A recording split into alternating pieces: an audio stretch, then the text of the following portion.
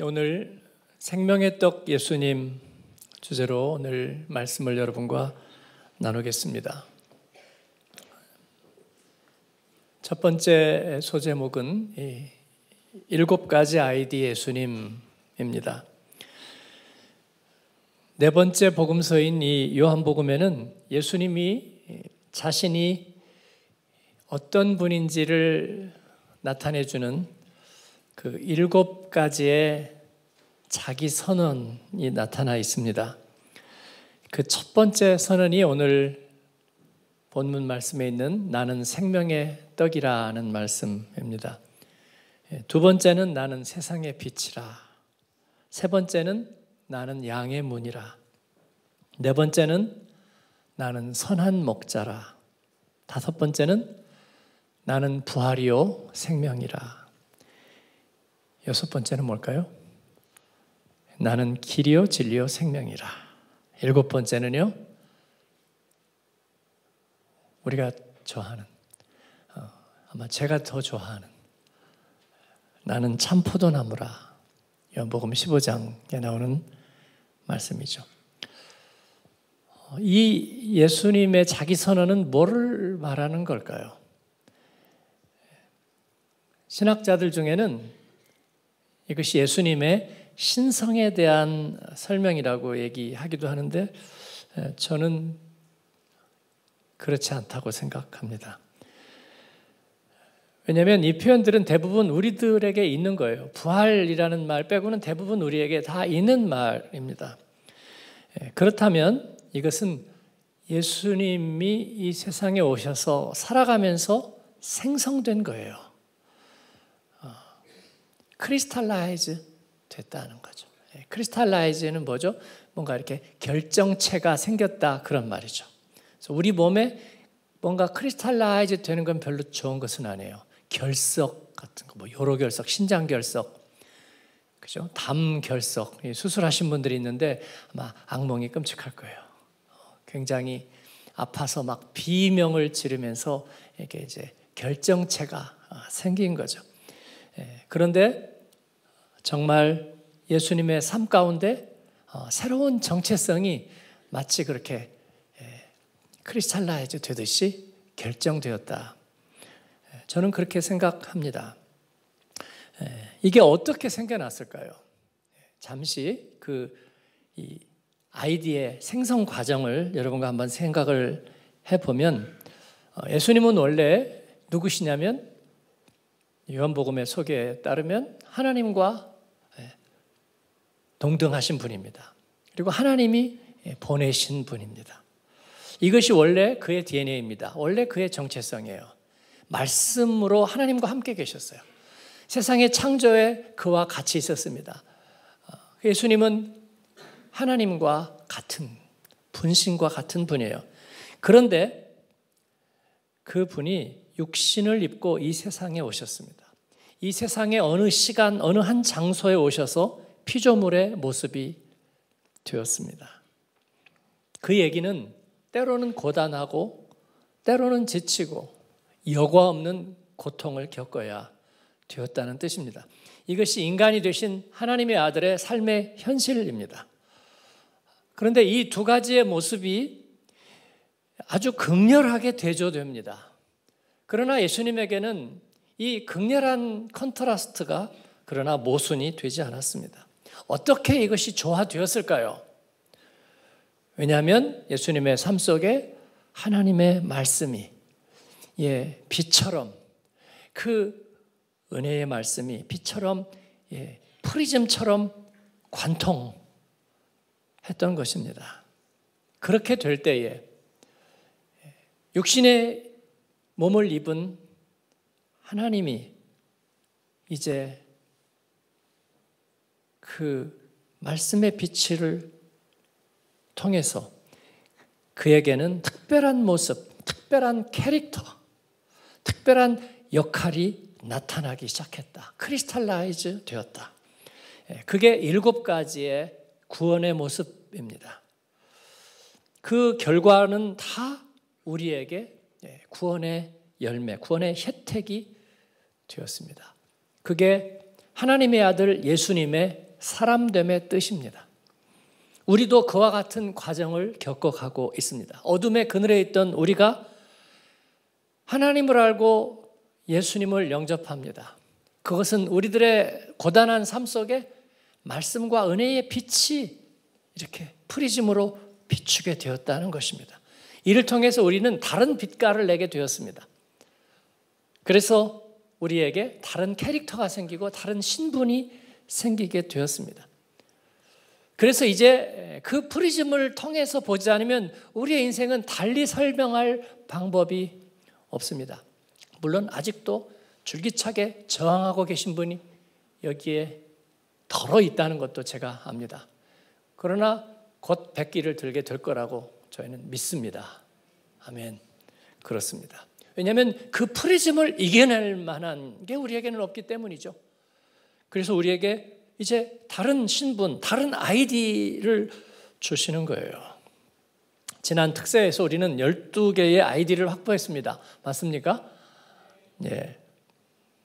그래서 내친 김에 내년 2025년 12달에 매달의 목표로 삼으려고 그럽니다. 예수님은 바로 그러한 아이디를 우리에게 어디 7가지 뿐이겠습니까? 그러나 대표적으로 7가지 아이디를 요한복음에서 제시하고 있는 거예요. 저희가 그 말씀 하나하나를 우리 요한복음을 묵상하면서 여러분과 꼭 나누고 싶습니다. 주일에 이게 안 맞으면 새벽에 할 거고 또 수요일에 할 겁니다. 그냥 여러분은 무심한 듯 자기 큐티 올리고 끝내지 마시고 귀를 기울여 주세요. 오늘 예수님의 첫 번째 선언을 보겠습니다. 썩을 양식과 영생하는 양식. 본문으로 돌아가 보면 예수님이 광야에 모인 5천 명의 남자들, 여자와 어린아이들을 포함하면 약 2만 명의 군중들에게 기적적인 양식을 제공했습니다. 물고기 2마리와 보리떡 5개가 증식하는 기적을 그들은 목격했고 또 배불리 먹었습니다. 유대인들은 양식을 먹으면 남는 것을 거두는 습관이 있습니다. 그래서 모아보니까 처음에 나눴던 것보다 남은 것이 훨씬 많았습니다. 12광줄이 거룩한 숫자죠. 남았습니다. C.S. 루이스는 이것을 순방향 기적이라고 표현한 바 있습니다. 그냥 그가 믿으면서 설명하는 방식이에요. 그 말이 무슨 말이냐면 밀가루가 어디서 나오죠? 밀에서 나오죠. 그래서 그 밀이 심겨지고 자라서 수확하고 밀가루가 되고 또 그게 떡이 되기까지, 또 물고기가 산란하고 부화해서 물고기가 되고 그리고 시련을 이기면서 자라서 식탁에 오르기까지 그 자연의 과정을 빛의 속도로 가속화한 것이 이 순방향의 기적이라 그런 것입니다. 하나님은 PD이시니까 돌릴 수 있는 거죠. 초고속으로 돌리니까 기상캐스터가 대륙 위에 덮인 구름이 한꺼번에 쫙 몰려오는 것을 초고속으로 돌려내듯이 마치 이 꽃 한 송이가 쫙 피어나는 것을 그렇게 가속화하듯이 하나님은 그런 기적을 예수님을 통해서 우리에게 보여주셨다는 것입니다. 그런데 이 무리들은 이것을 보고 먹었는데도 자신이 없었습니다. 무슨 자신이요? 이 하나님이 정말 자신과 늘 함께 하신다는 그런 지속적인 믿음을 갖지 못했습니다. 예수님은 그 이유를 설명해 주십니다. 그 이유가 뭐냐면 너희들이 기적적인 그런 떡을 먹었지만 I'm sorry. 그 떡은 썩어질 떡이라는 거죠. 결국은 사라질 양식이라는 것입니다. 그랬더니 군중들은 뭐라고 생각하냐면 오케이, 사라질 양식이지만 우리가 기적적으로 먹었잖아요. 지금 그것도 없으니까. 그래서 예수님이 우리를 그것을 계속 기적적으로 공급해 주신다면 얼마나 좋을까요? 그랬더니 예수님은 두 가지 이야기를 하십니다. 첫 번째는 너희들은 그 사라질 양식만 유일한 것으로 아는데 그러나 또 하나의 양식이 더 있다. 그건 뭐냐면 하나님 나라 갈 때까지 소멸되지 않는 양식, 영생하도록 있는 양식이 있다는 것을 말씀하십니다. 아, 그래요? 예. 초신자들이 교회 나오시면 기도의 소원이 뭐예요? 라고 물어보면 랭킹이 있어요. 넘버원이 뭐라고요? 가족 건강. 네, 가족의 건강. 초신자세요? 네. 그러니까 여러분 오해는 하지 마세요. 가족의 건강이 뭐 잘못됐다는 게 아니고요. 중요하죠. 중요한데 하나님 앞에 올리는 기도의 소원이 그거 말고 정직하게 다른 걸 찾을 수가 없어요. 글쎄요, 그거보다 중요한 게 있을까요? 뭐 내심으로는 엄청 부자가 돼서 대박 나는 트럼프 당선과 함께 요즘 다시 코인이 뜬다는데 코인이 한 2만 배로 하게 해주세요라는 얘기는 좀 우리가 그래도 지성이 있는데 조금 양심에 걸리잖아요.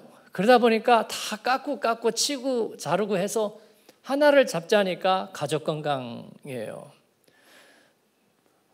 그 얘기가 틀린 얘기는 아니에요. 그러면 넘버 2는 뭘까요? 잊어버렸어요. 아까 일부에서 연습을 했는데. 그렇습니다. 바쁘시니까 잊어버렸어요. 마음의 평안. 네? 기억나니? 네. 그렇죠? 네. 그냥 가족 건강하고 마음 평안하면 좋겠어요 라고 얘기하는 거죠. 왜냐하면 그 이상의 다른 게 뭐가 있나요? 예배당 나와서 좋은 얘기 듣고 결국 건강하고 내 마음에 평안하고 그거 말고 뭐 또 있어요? 라고 물어보는 거죠. 예. 그래서 기적적으로 그런 것들을 지켜주도록 기도하는 거 아니에요? 가족 건강. 예. 예수님이 그래 그 말이 전혀 틀린 얘기는 아닌데 그런데 그 외에도 다른 양식이 또 있는 거야. 가족 건강 말고도 하나님이 너에게 약속하고 주시고 공급하려는 게 또 있는 거야. 그런 것도 있어요? 예. 썩을 양식, 사라질 양식을 위해서는 보이는 것만 잘 구별하면 될 거예요. 그러나 영생하는 양식은 그렇게 해가지고는 얻을 수가 없어요. 그 영생하는 양식을 주실 수 있는 분에게 가야 되겠죠? 그렇게 향해야 되겠죠? 그렇기 때문에 예수님께서 나에게 오라 하고 초대하시는 거예요. 그게 예수님이 한 첫 번째 이야기고요. 두 가지 양식이 있다. 두 번째 이야기는 뭐냐면 썩을 양식을 위해서만 일하지 말고 영생하는 양식을 위해서도 일해야 된다는 거예요. 왜냐하면 사라져 버릴 양식도 일을 해야 얻습니다. 제가 농촌에서 목회를 했는데요. 농번기에는 농사를 짓는 분들은 진짜 부지런합니다. 그래서 새벽 4시면 나갑니다. 새벽 4시면 나가요. 저희가 새벽 기도를 하는데 그 전도사 때거든요. 저는 불행히도 아주 아침형 인간은 아니에요. 그래도 이제 새벽 기도를 열심히 했죠. 열심히 하지만 저절로 눈이 떠지는 사람이 아니에요. 일부러 떠야 돼요. 알람하고 해가지고. 그래서 그 시골 교회지만은 차인벨을 해가지고 이렇게 세팅을 해놓은 거예요. 옛날에는 뭐 그 차인벨 하면은 그 뭐 돌아와 뭐 이런 음악 나왔거든요. 그래가지고 책이라 해서 뭐 돌아와 될 수 있으면 길게 끄는. 저는 이제 약간 미풍양속을 헤치면서 로저 와그너 합창단으로 바꿨어요. 그래가지고 그 경북 시골에 새벽이든 주일이든 로저 와그너 합창단에 스윙 로우 스윗 체리엇 막 나오고 어쨌든 그래도 저는요 잘 못 깨요. 그럼 이제 문을 두드려요. 우리 장로님 권사님이 두드려요. 전사님 새벽기도 하입시다. 우리 나가야 되니도. 그렇군요. 새벽 4시면 나와 계세요. 얼마나 부지런한지 모릅니다. 네. 그러나 그렇게 부지런하게 열심히 일을 하고, 여러분은 농촌 출신들은 많지 않으시지만, 그러나 여기까지 오기 위해서 여러분이 얼마나 자기개발 또 시간의 초름을 아껴서 최선을 다했는지는 아마 여러분이 스스로 아실 거라고 생각해요. 그럼에도 불구하고 영생하도록 얻는 양식은 그런 방식으로는 얻을 수 없다는 거예요. 그렇다면 영생하도록 하는 양식을 위해서도 일을 해야 된다는 것입니다. 세상에서 돈 벌기 위해서도 일을 하지만 믿음의 열매를 얻기 위해서도 일을 해야 한다는 거예요. 왜냐하면 사라져버릴 음식도 우리에게는 꼭 필요합니다. 그렇죠? 우리에게 영양소가 필요한 거죠. 3대 영양소가 뭐예요? 탄수화물, 지방, 단백질인가요? 생물 시간에 산소 외에도 물 외에도 우리에게 그게 필요하잖아요. 그를 위해서 우리가 애를 써야 되지만 그러나 영적인 양식도 꼭 필요하다는 거예요. 예수님은 그래서 이렇게 기도하라 기도를 가르쳐 주시면서 육적인 필요를 위해서 기도하라는 것은 한 가지만 기도하라고 하셨어요. 데일리 브레드, 일용할 양식을 위해서 기도하라. 일용할 양식을 주옵시고 그거 하나 기도하고, 근데 영적인 필요는 4가지나 위해서 기도하라 하셨습니다. 첫 번째는 뭐예요?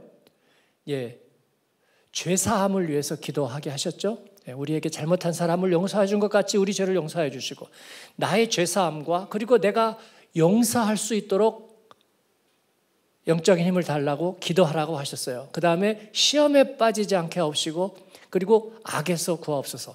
영적인 양식이 4가지가 필요하다고 우리에게 구하라고 하셨고, 육체의 양식은 1가지를 구하라고 하셨습니다.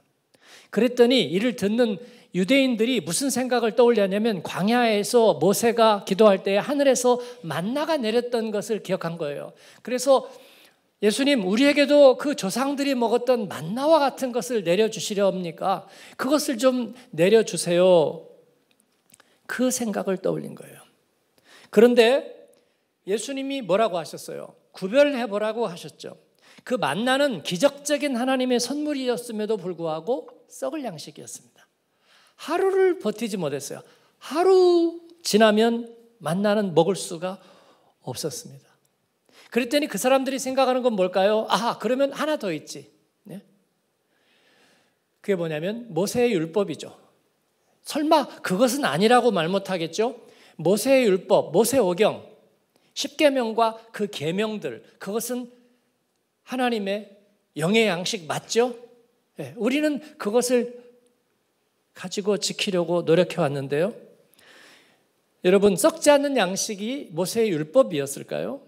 물론 율법은 성경 안에 있는 살아있는 하나님의 말씀인 거 맞지만, 그러나 하나님과의 커넥션이 없다면 그것은 그냥 글자일 뿐이에요. 그렇죠? 네. 영적인 임재가 그 가운데 없다면 그 율법 자체에는 변화시키는 힘, 트랜스포밍 파워가 그 가운데는 없다는 거예요. 그들이 정말로 살아계신 하나님을 섬기면서 그 살아있는 말씀을 사모하였더라면 이 모세의 율법이 예수님을 가리키는 것을 다 알았을 거예요. 예수님은 그렇게 말씀하십니다. 그 모세가 가리키는 건 바로 나인데 하나님께서 이루시는 그 구원의 이야기를 미리 선제적으로 앞당겨서 얘기하고 있는 것인데 너희가 나를 영접하지 않는구나. 선지자들의 이야기, 그 빛나는 이사야의 이야기, 호세아의 이야기, 에스겔의 이야기, 다니엘의 이야기들이 바로 오실 그 인자 예수님을 얘기하고 있는데 너희들이 그것을 알지 못하는구나. 그렇습니다. 그들이 살아있는 말씀을 사모하였더라면 예수님을 영접하지 못했을 리가 없습니다. 왜냐하면 율법과 선지자의 글들이 모두 예수님을 증거하고 있기 때문에 그렇습니다. 그런데 그들은 다른 메시아를 원했던 거예요. 그래서 그 앞선 본문에서 예수님이 말씀하십니다. 내가 다른 이름으로 왔다면 너희들이 영접하였을 터인데 하나님의 이름으로, 말씀의 이름으로 오니 너희가 영접하지 않는구나. 그 말은 사실입니다. 유대 역사에서 메시아의 이름으로 온 사람들이 있었어요. 랍비 중에도 있었고 정치 지도자들 중에도 있었습니다. 그들은 와서 유대인의 해방과 자유와 그리고 멋진 이야기들을 하면서 그들을 선동하고 또 이끌려고 했는데 유대인들은 그때마다 희망을 걸었고 그때마다 그들을 추종했고 그리고 로마에 의해서 진압당하고 또 처형당한 그런 일들이 있었던 거예요. 정치적인 해방을 가져다 줄 메시아, 먹거리를 해결해 줄 수 있는 메시아를 그들은 원했지만 사실은 그것은 썩을 양식을 위한 것들이었어요. 그렇구나. 그러면 뭐예요? 그랬더니 예수님께서 내가 생명의 떡이라고 하신 말씀을 이제 후에 초대 교회들은 이것을 어떻게 이해했느냐면 이것은 사크라멘트, 우리가 영원히 하나님 앞에 갈 수 있는 예식을 하나님께서 우리에게 주신 것이로구나. 그래서 예수님의 살과 피를 경험하고 기념하는 이 유카리스트, 성례전이죠. 그것을 계속하라는. 그래서 가톨릭 교회는 지금도 열심히 예배를 드릴 때마다 성만찬을, 그 성례전을 하는 거잖아요. 우리는 그걸 하지 않습니다. 1년에 몇 번 하죠. 왜냐하면 저희가 성례전을 부인하는 것이 아니라 우리는 매번 예배 드릴 때마다 예수님과 하나 되는 걸 경험하기 때문입니다. 사모하기 때문이에요. 예수님은 영생의 양식을 위해서 예식을 만든 게 아니라고요. 리터지를 만들지 않으셨다는 거예요.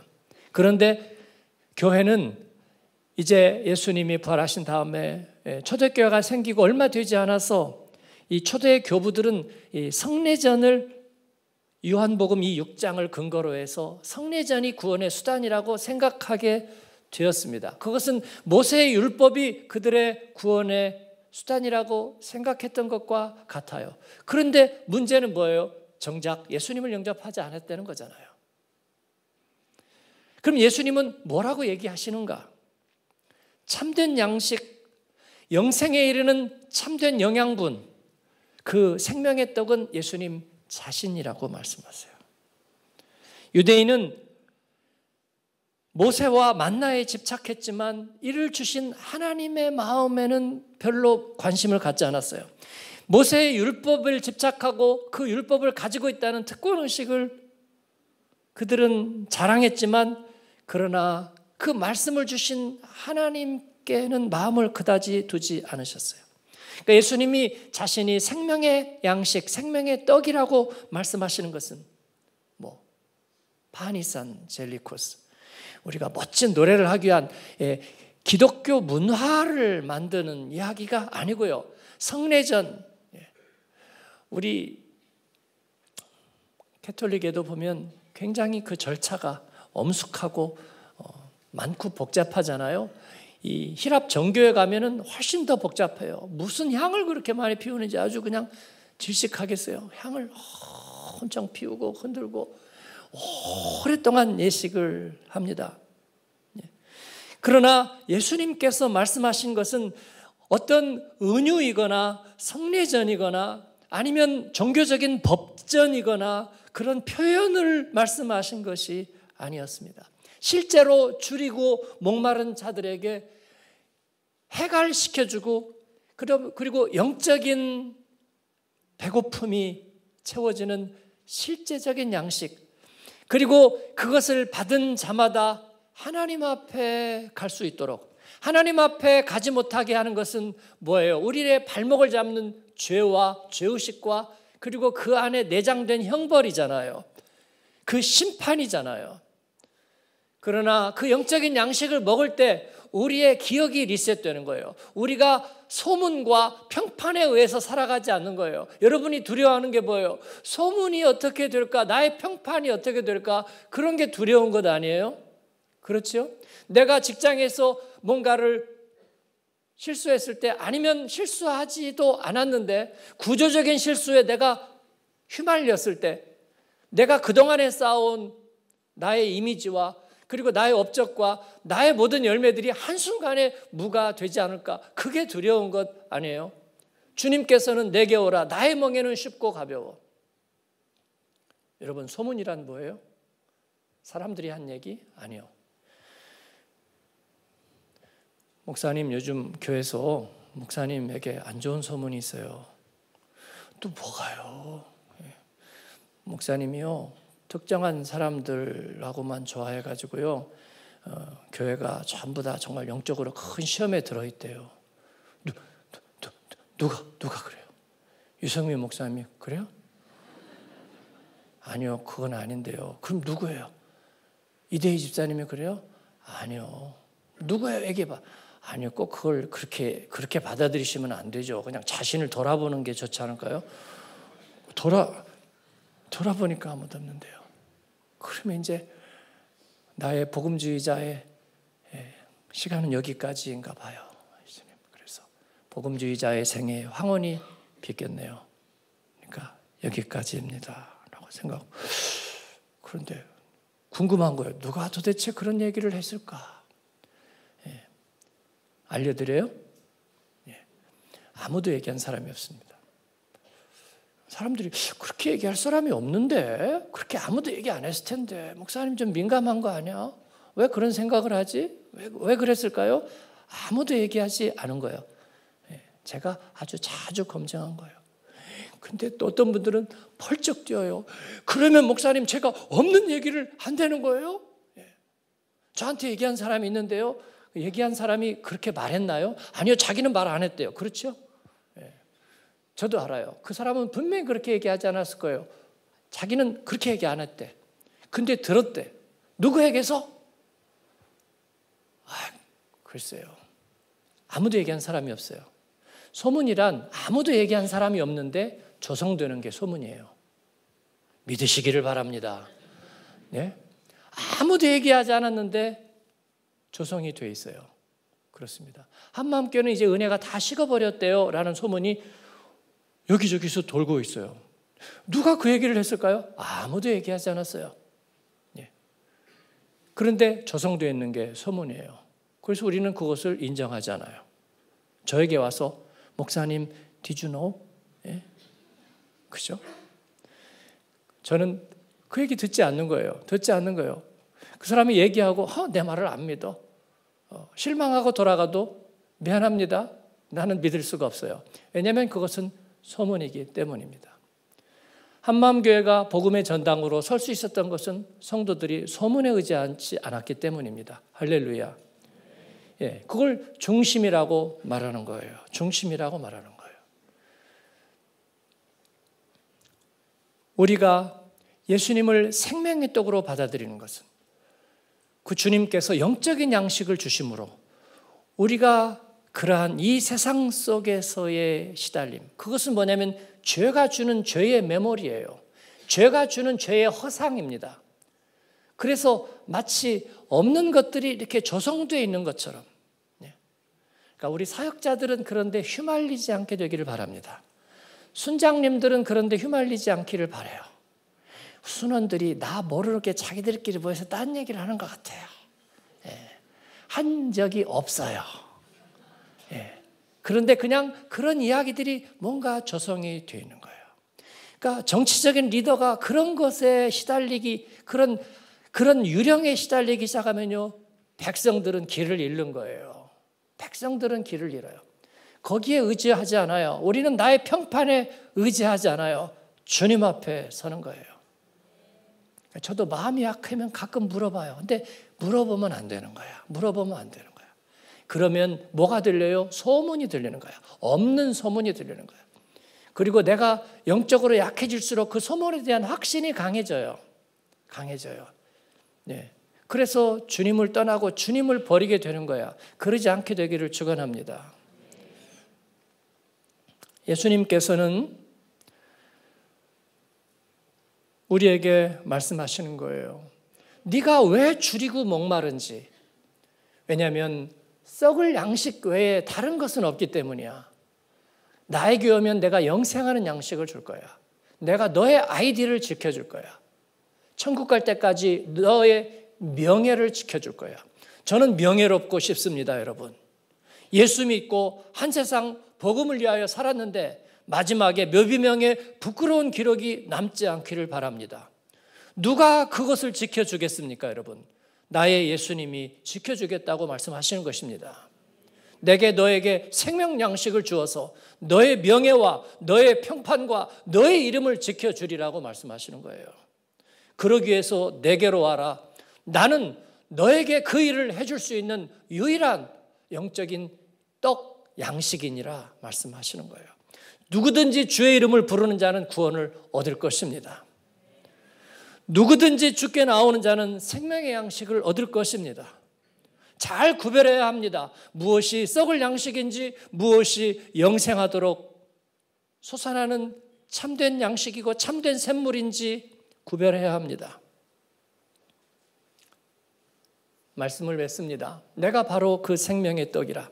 예수님이 말씀하시는 것은 단순한 은유가 아닙니다. 은유 맞죠? 예수님이 어떻게 떡이겠어요?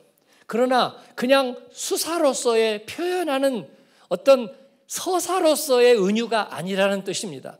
그것은 정말 그렇습니다. 예수님의 생명의 떡, 이걸 어떻게 할까요? 어떻게 할까요? 잠언 8장 5절에 보면 어리석은 자들아 너희는 명철할지니라.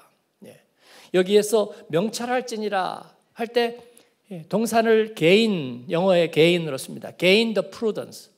그래서 얻으라는 말이에요. 습득하라는 말입니다. 마음이 밝을지니라도 역시 마찬가지예요. gain이라는 거예요. 통찰을 얻으라 그런 뜻이에요. 우리는 지식을 얻을 수는 있습니다. 그러나 얻는다는 것만으로는 굉장히 부족해요. 왜냐하면 그건 지적인 활동처럼 느껴지기 때문이에요. 여러분이 특히 남자 성도들이 설교를 들으면서도 왠지 마음이 다 가지 않는 건 뭘까요? 얻으려고 하기 때문이에요. 그래서 여러분의 비판적인 지성이 작동되니까 계속 물음표만 찍는 거예요. 뭐 그럴까 봐, 뭐 그럴까 봐. 느낌표가 오지 않는 거예요. 느낌표가 오지 않아요. 그래서 얻는다는 것에는 한계가 있어요. 한계가. 이제 대학교 1학년 때는 교수님 말씀에 전적으로 따라가는데 대학원쯤 가면 뭐 그럴까 봐요. 그렇습니다. 저 사람 입장이 그렇게 말할 수밖에 없겠지가 되는 거예요. 그래서 거기서 조금 더 넘어가면 뭐가 있을까요? 동화가 있을 거예요. 동화. 우리 안에서 동화작용이 일어나요.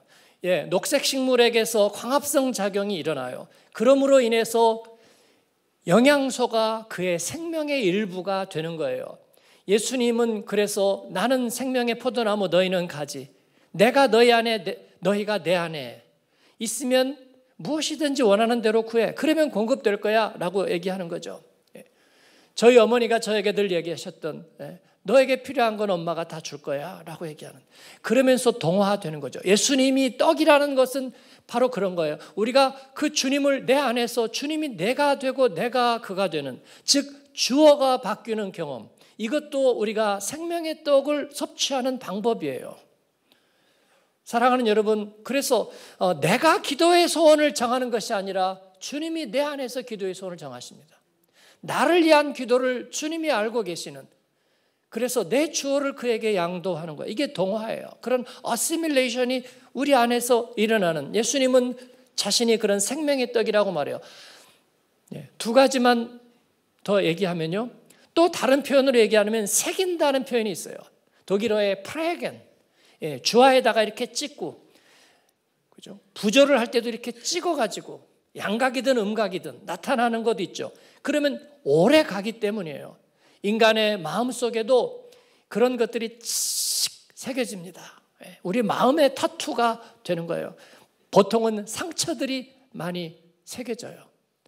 그래서 어릴 때 한번 어려운 일을 겪었던 것들이 상처처럼 새겨져 있어요. 한 번 경험했는데 일생 동안 지워지지가 않아요. 그러나 우리 주님이 우리 안에 주시는 것은 그보다 더 강렬해서 더 가장 깊은 곳에 우리의 근원적인 메모리를 차지하신다는 거예요. 이게 새겨진다는 것입니다. 주님은 우리의 이름을 자기의 손바닥에다 새겨놓겠다고 얘기했어요. 예수님을 여러분의 마음의 복판에 새기시기를 축원합니다. 여러분 안에서 동화작용이 일어나게 되기를 바랍니다. 그리고 가장 귀한 정보를 얻게 되기를 바라요. 그 다음 하나를 더 얘기하자면 그 방식은 예수님이 얘기하신 너무나 멋진 방식, 동심원으로 우리 안에 들어옵니다. 동심원이란 뭐냐면요, 그렇습니다. 그래서 우리 안에 나보다 더 안에 또 하나의 내가 있는 거예요. 예수님은 내가 너희 안에, 너희가 내 안에, 이중 동심원을 얘기하고 있어요. 이것은 너무나 아름다운 이야기입니다. 그래서 주님이 우리 안에 떠나지 않고 계시는 거예요. 우리가 누구를 사랑하면 그 사람이 내 안에 들어오는 거예요. 주님께서 우리 안에 들어오는. 그래서 주님은 우리에게 바로 내가 내 안에서 영원토록 줄이고 목마르지 않도록, 죄와 죽음이 너를 더 이상 어떻게 까부르지 못하도록 나는 네 안에 있을 거야 라는, 나는 네 안에 동심원이야. 그래서 나는 너의 신랑이 되고 너는 영원히 나의 신부가 될 거야. 그 어떤 것도 갈라놓지 못할 거야 라고 얘기하시는 거예요. 사랑하는 여러분, 우리의 자녀들이 이와 같은 정체성을 갖게 되길 바랍니다. 예수님만이 주실 수 있는 게 있다는 거예요, 여러분. 이사야서 55장은 이를 아름답게 선포하고 있습니다. 너희 목마른 자들아 물러나오라. 돈 없는 자도 오라. 너희는 와서 사목되 돈 없이 값 없이 와서 포도주와 젖을 사라. 너희는 귀를 기울이고 내게로 나와 들으라. 그리하면 너희 영혼이 살리라. 너희는 여호와를 만날 때 만한 때에 찾으라. 가까이 계실 때에 그를 부르라. 예수님은 그래서 와서 보라, come and see, 와서 먹어라, come and dine 라고 그렇게 초대하십니다. 여러분, 하나님의 말씀을 읽는 것은 내가 지식을 얻으려고 비판적인 눈으로 살펴보는 것이 아니라 먹는 것입니다. 비타민을 먹듯이, 혈압약 먹듯이 내가 먹는 것입니다. 미슐린이 등급이 몇이야? 맛을 구별하기 위해서 먹는 것이 아니라 집밥이니까 몸에 도움이 되니까, 해독 주스니까, 꼭 내가 섭취해야 될 단백질이니까 내가 섭취하는 것입니다. 거기에 빠져서는 안 되는 게 있는데 예수님이 거기에 빠져 있으면 안 됩니다. 그렇다 보면 성경은 갑자기 사극이 되는 거예요. 이스라엘 역사가 되는 거예요. 비판적인 남자 성도들이 자주 그렇게 얘기하듯이, 뭐 구약 이스라엘 역사 아니야? 그렇습니다. 뭐가 빠져 있다면, 예수님이 빠져 있다면, 그래서 구약을 읽을 때는 예수님을 타서 먹으세요. 정말 이렇게밖에 얘기할 수 없는 걸 용서하십시오. 예, 그게 죽이라면요, 예수님을 타서 섞어 마시세요. 그렇습니다. 저는 그러고 싶습니다. 그랬더니 제가 묵상한 걸 선교사님들 볼 때 뭐 설교 같아요. 자꾸 그렇게 얘기해요. 그거 지금 칭찬이에요, 비난이에요? 예. 설교 같다면 그 이유는 그 이야기에 다 예수님이 들어있기 때문일 거예요, 여러분. 그렇습니다. 제가 창조의 시간에 있었나요? 969살까지 산 사람의 얘기가 나올 때 제가 그 사실을 합리적으로 받아들였나요? 그러나 예수 그리스도의 눈으로 예수님을 거기다 섞어놓고 보니까, 늘 남을 의심만 하던 법조인이 그 말씀 앞에 눈물을 흘리게 되는 거예요, 여러분. 보는 것 아니면 믿지 않던 은행원이 그 앞에서 나의 주, 나의 하나님이라고 고백을 하게 되는 거예요, 여러분. 예수님도 우리에게 그렇게 말씀하십니다. 나를 먹으라고 얘기하십니다. 나와 동화가 되라. 나와 함께 묶여라. 나를 네 안에 동심원으로 받아들여 다오. 오늘 우리 찬양처럼 주님 문 밖에 기다려 섰으나 내가 맞아들이지 않으니 그 불신앙이, 그 죄가, 그 죄성함이 크다는 거예요. 여러분, 예수님이 내 안에 계시면 우리는 많은 것을 전략할 수 있습니다. 변명하는 일이 줄어듭니다.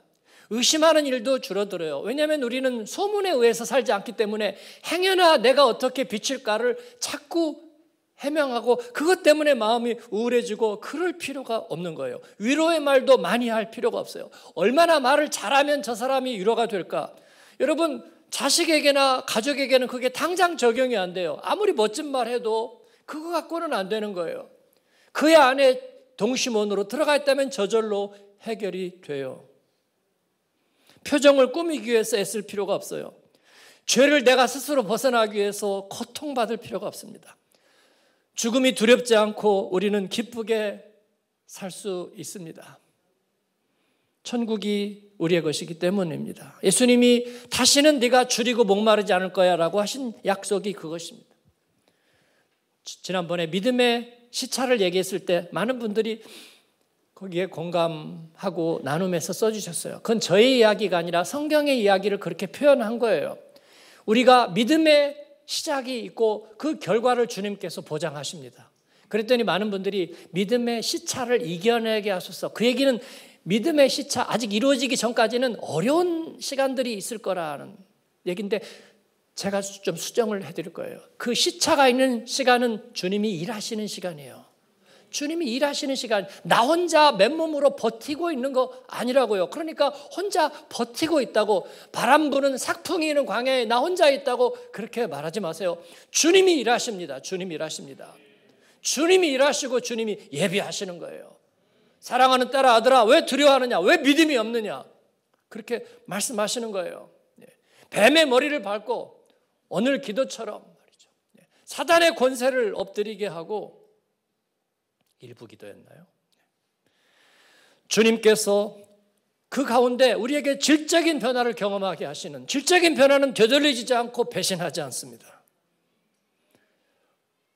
그렇습니다. 죄와 죽음을 이기신 예수님, 우리 안에 계시고 그리고 우리와 함께 하십니다. 이 예수님을 떠나서는 이제 더 이상 내 인생은 설명할 수 없어요. 여러분은 어떠십니까? 아직도 두 개 아이디 가지고 세상에서는 세상 모습으로 서 있습니까? 예수님을 통해서 여러분을 설명하는 것, 예수님의 프리즘 통해서 예수님을 설명하는 것이 두렵습니까? 제가 어제 세례교육 받으시는 대부분 초신자분들에게 은혜 비밀 얘기하고, 나는 하나님의 은혜가 필요합니다 하고 소리를 지르라고 했더니 정말 조용하게 속삭이셨어요. 나는 하나님의 은혜가. 그래서 자녀하고 만약에 멀리 보내면서 헤어진다면 말이죠, 뭐라 할까요? 이렇게 가는데 안 보여요, 안 보이는데 아들 이름이 데이라면 어떻게 부르겠어요? 데이야 안녕, 그렇게 할까요? 데이야 하지 않을까요? 그 마음으로 한번 외쳐보라고. 나는 하나님의 은혜가 필요합니다. 그랬더니 약간 크게 약간 크게 했어요. 하나님의 은혜가 내게 임했다면 하나님은 나하고 구자를 트신 거니까 당신은 그리스도입니다. 그 얘기도 한번 하라고. 나는 그리스도인입니다. 할렐루야. 예수님은 생명의 떡, 나는 그 영의 양식을 사모하는 사람. 나는 주님을 떠나서는 설명될 수 없습니다. 그러한 여러분을 축복합니다. 아멘. 기도하겠습니다. 여러분을 초대할 건데요,